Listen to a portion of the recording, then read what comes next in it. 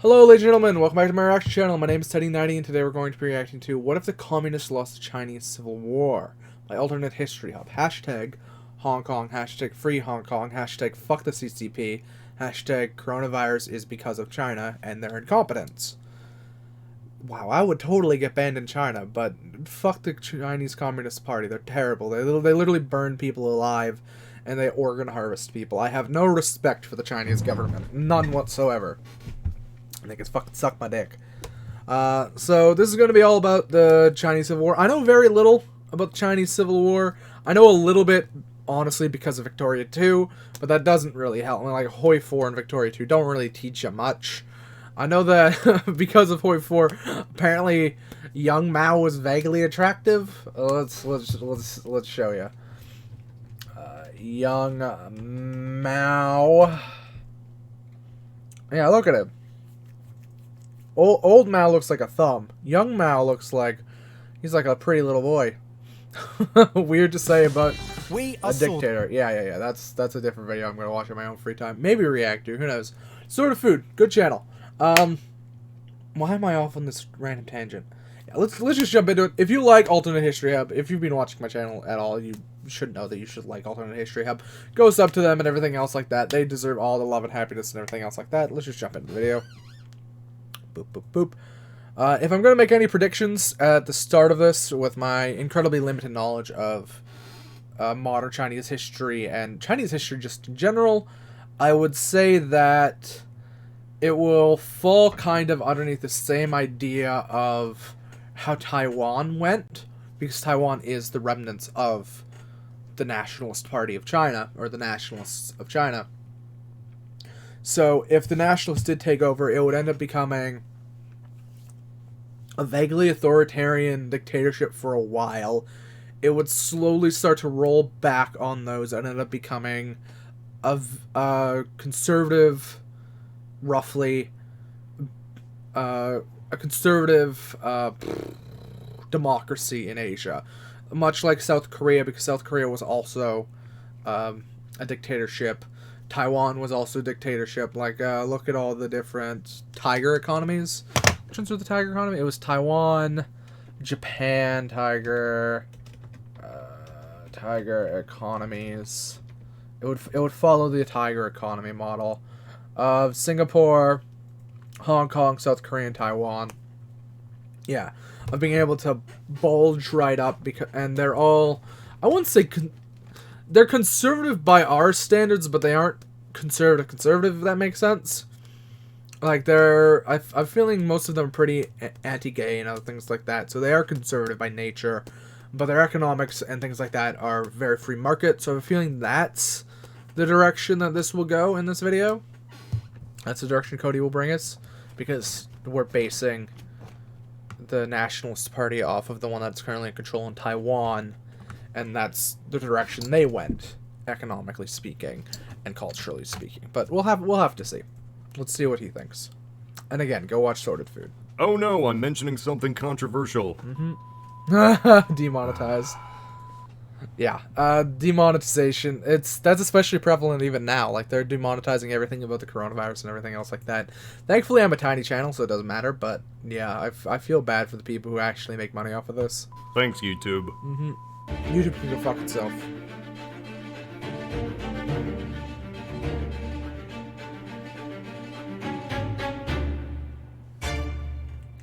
The Millions don't starve to death. Very true. A thing that communism is very good at. Starving their own population and killing the educated. 20th century probably changed Such a fucking terrible country more than China. Over the course of just China. 50 years, it went from an imperial system that existed since civilization began to a period of warring states, to civil war, to Maoist communist, to, well, whatever you can call China now. Today, China becoming communist seems just like an inevitability, but really, it was one of the most least likely scenarios that could have happened. For decades, Mao and his Red Army were simply a fringe, but through guerrilla warfare, some poor decision-making by their enemies, and just dumb good luck, Mao eventually came up on top. But Cody, you say, There was never an armistice, so technically nobody won the Chinese Civil War because it didn't end. I don't think the Nationalists prefer Taiwan over the mainland, so yeah, in all sense, the Communists won. So the question here is, what if the Communists lost the Chinese Civil War? If you want to know what started the war, these channels have covered the lead up far better and more in depth than I ever could. I'd recommend watching one of those videos first. You good? Alright, with this alternate timeline, what's the decisive moment? Maybe eventually I'll go down all those playlists. I remember I was doing a Crash Course playlist for a while. I'll probably get back to that as well. That I'll do those eventually. everything changes. I mean, I have literally nothing but time, so I probably will at some point. After the Nationalists launched a purge of thousands of communists, war had begun. The communists actually had it pretty bad for the first few years of the war. By 1934, they were on the brink of becoming just another footnote in China's long history. Surrounded by all sides by the Nationalists, in their desperation, they decided the best move was to retreat and reorganize. Break through the weakest opening and march 9,000 kilometers north through mountains and warlords to regroup at a better position. 90% didn't make it through the year-long trek, many dying from crossing a river which led to a change in leadership, but it was the maneuver that saved the Red Army and put Mao on track to becoming a national figure. In this alternate scenario, one simple change is the communists don't take the long march. They don't escape. Instead, they are surrounded and annihilated. The Nationalists become the single greatest power in a war-torn China. To them, at least, their biggest rival is now gone. But now the Nationalists alone have to deal with another enemy. A foreign enemy. The Japanese. Japan still invades, and Japan probably conquers a great deal of it. Of course, unfortunately, China in World War II wasn't... Like, it was a big theater, and it was important. But realistically, even if Japan ate all of China, which it basically did IRL, Japan would still lose because they would still go after the USA, and then the bombings and other things like that would happen. Like, Japan would still lose the war even if they won completely in China. They just would. Mostly because China's basically impossible to hold, unless it's the only thing you're trying to do. The Nationalists in our timeline handled the... And even then, if you do completely hold all of China, you eventually just become China. Japanese invasion, poorly.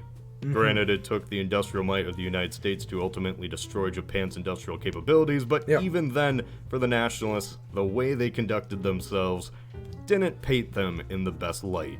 Like abandoning Nanking, their own capital, doing nothing to stop the Japanese from, well, you know... or genocide noises, yeah. intentionally flooding one of the most populated regions to stop Japan's advancements, killing 400 to 500,000 of their own civilians in the process. Yeah, they weren't perfect or competent.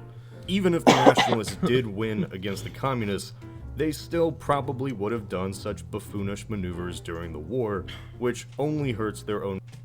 Yeah, so if they continuously do buffoonish maneuvers like that, there might be another party similar to the Communists, or maybe just another communist entire party that rises just to oust these dumb boys. Reputation to the general these public. dum-dums. Those mistakes by the Nationalists don't come to bite them in the ass, so to say. But I doubt there could be some major other force that could challenge them. With I could see another one, but I can also see it not happening. Japan gone and the Communists defeated, Nationalist China goes into the 50s in a new post-war world.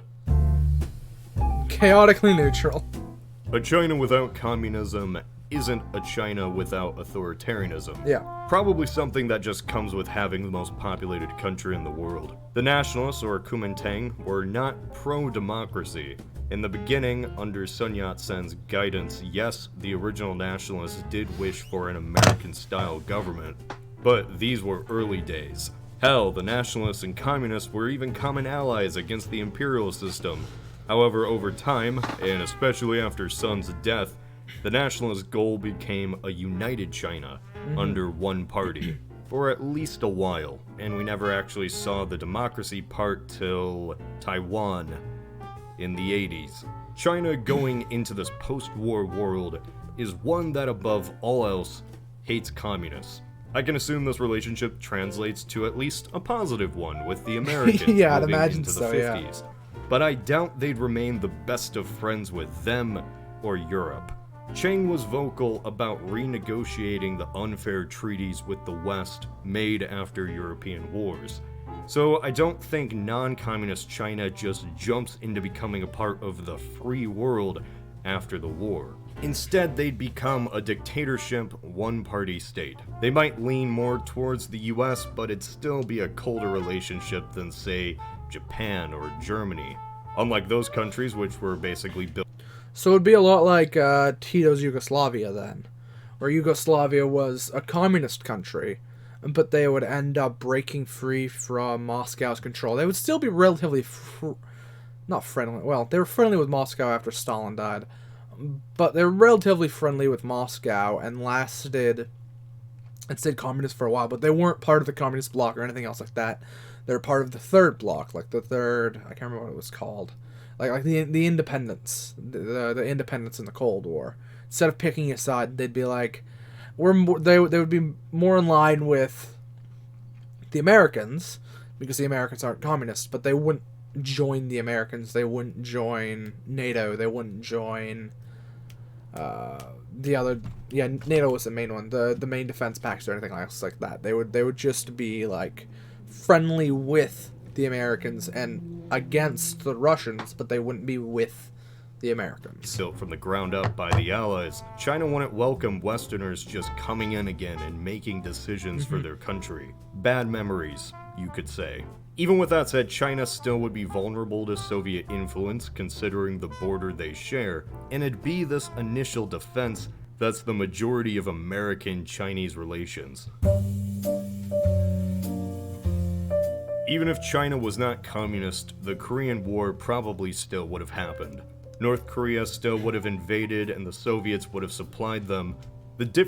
North Korea would have lost because China didn't support difference here, them. However, is that Just as she's about to say, yeah. the war would be over very quickly. The only reason the war ended in a stalemate at all after 3 years was because the Chinese launched a full-scale invasion, pushing back the South. If China was to get involved at all, it'd be to aid the UN, Americans, and South Koreans to stop the North, and Kim Il-sung's reign would end just as soon as it began, Korea becoming fully united, or maybe China taking a little bit. Vietnam never would have entered the vocabulary of Americans, remaining a small Southeast Asian nation that, even if it was split, would have become a very short war if the North did attempt to unify the nation. So you get the point. Big blobby China being like, no communists. Bad. China becoming communist caused the greatest shift in American foreign policy. Before 1950, even though the Soviets had taken control of half of Europe, the Cold War was still limited to just Europe.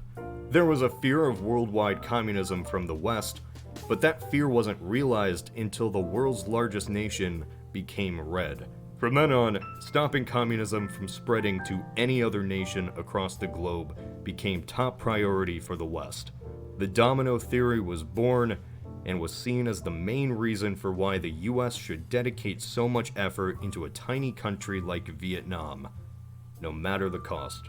But without a communist China, America's main focus remains on Europe and not proxy wars in Asia. The Cold War in a way becomes less escalated. The world split, but less so, and the conflict less global in turn.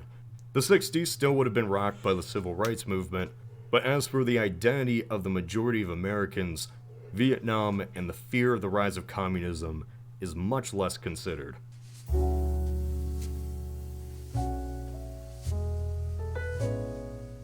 This is very difficult to accurately predict. While there is some historical precedent to go off how nationalist China would, govern, the easiest thing to say is millions certainly don't die from Mao's collectivist policies.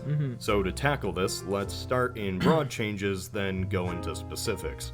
First, the modern culture of China itself.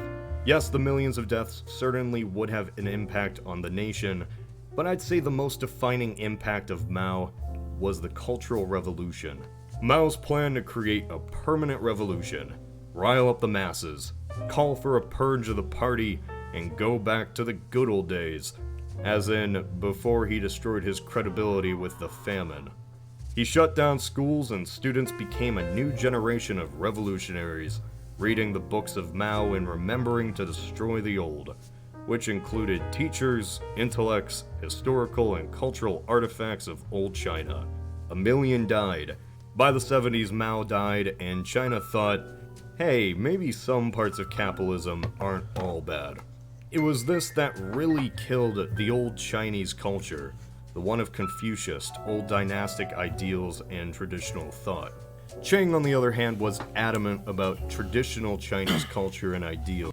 Yeah, so this China would be a lot more culturally conservative. They would be a lot more Confucian based and everything else like that. So there would be a lot more emphasis on filial piety and everything else like that. So it'd be interesting. The Nationalists at least preserved that culture, and were at least more kind to religion.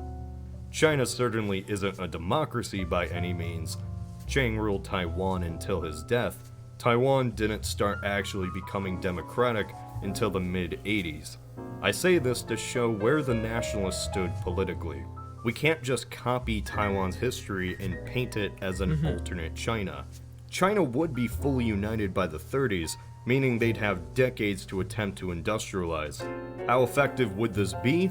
Well, it'd certainly be better than Mao forcing people to make steel in their backyards. By any means, China would join the global economy decades before our own, and this has both positive and negatives.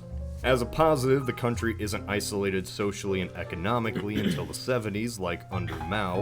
It has a chance to build itself up and grow its nation. On the negative, now a fragile Chinese state ruled by a party with not the best track record of stability is a part of the global economy, so take that as you will.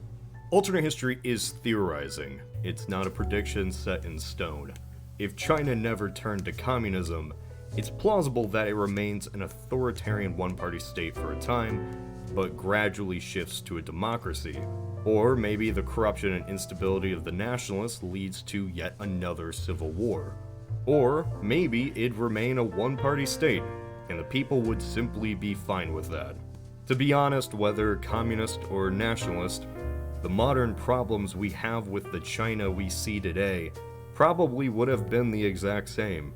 Once Mao died, China began its own reforms, tore down his policies that were even unpopular when he was alive. It may call itself communist, may even still fly the red banner, but the China of today is really similar to that one-party state the Nationalists once fought for. Communism was tried, as always, millions died, and it was switched out. The market today isn't as free as Europe or America, but China today is capitalistic.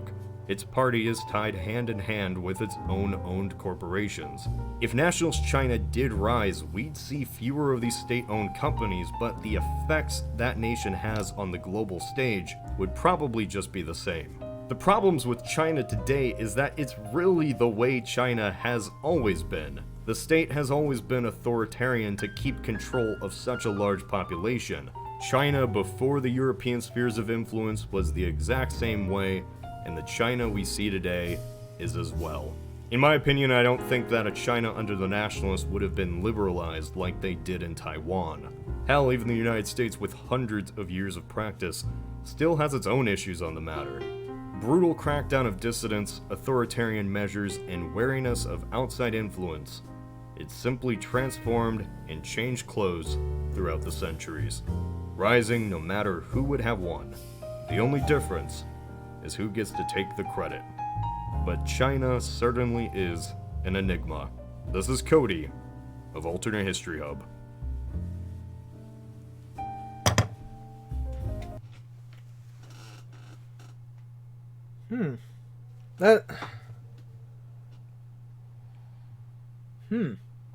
Good video, but a lot of food for thought. Sorry. Yeah. A lot of food for thought in that one.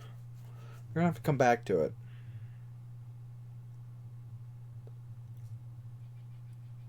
Usually I have a snappy intro or have something to...